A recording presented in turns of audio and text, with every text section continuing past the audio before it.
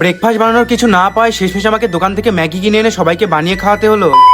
সেই তখন থেকে ব্রেকফাস্ট বানানোর জন্য কিছু খুঁজছি, কিন্তু তেমন কিছু পাচ্ছিই না বানানোর জন্য। তখনই ভাবলাম তাহলে আজকে এদেরকে একটা অন্যরকম জিনিস খাওয়াবো, তাই পাশের একটা দোকান থেকে কিনে নিয়ে চলে আসলাম 2 প্যাকেট ম্যাগি। তো চলো আজকে এই ম্যাগিটাকে খতরনাক লেভেলের বানিয়ে সবাইকে খাওয়াবো। আর এই পেঁয়াজ কাটতে গিয়ে আমার অবস্থা দেখো, পুরো কান্না করে দিয়েছি। আর আজ পর্যন্ত কোনোদিনও ব্রেকফাস্টে ম্যাগি বানানো হয়নি, তাই দেখে হয়তো সবাই একটু অবাক হয়ে যাবে। যাই হোক, আমার সব ভেজিটেবল গুলো এখানে কাটা হয়ে গেছে কমপ্লিট। আর হ্যাঁ, তোমরা যারা ম্যাগি খেতে ভালোবাসো অবশ্যই চ্যানেলটাকে সাবস্ক্রাইব করে দিও। তো এরপর হান্ডির মধ্যে একটু তেল দিয়ে সব ভেজিটেবল গুলোকে দিয়ে দিলাম। তো চলো এখন ম্যাগির প্যাকেটটাকে খোলা যায়। আর 1 প্যাকেট ম্যাগি থেকে 6 প্যাকেট মশলা বেরিয়েছে। যাই হোক, এরপর হান্ডি ভরে জল দিয়ে দিলাম। এরপর সব ম্যাগি গুলোকেও দিয়ে দিলাম। 1 প্যাকেটেই তো পুরো হান্ডি ভরে গেছে, তাই এই প্যাকেটটার আর কোনো কাজ নেই। এরপর উপর দিয়ে মশলাগুলোকেও দিয়ে দিলাম। তো তোমরা এখন বললে ম্যাগিটা তো অনেক পাতলা হয়ে যাবে, কিচ্ছু করার নেই বন্ধুরা, শুকনো শুকনো করলে দুজনা মিলেই খেয়ে শেষ করে দেবে। তো যাই হোক, আমার ম্যাগি বানানো হয়ে গেছে কমপ্লিট। আর এইদিকে একজনাকে দেখো 1 বাউল ভরে নিয়েও নিয়েছে। যাই হোক, দেরি না করে আমিও নিয়ে নিলাম। তো তোমাদের একটা সত্যি কথা বলি, আমার কি খেয়ে দিয়ে কাজ নেই যে নিজের পকেট থেকে খরচা করে এদের ম্যাগি বানিয়ে খাওয়াবো? এদের যতই খাও না কেন তাও কোনো নাম নেই। আর ম্যাগিটা আমাদের হোটেলেই রাখা ছিল।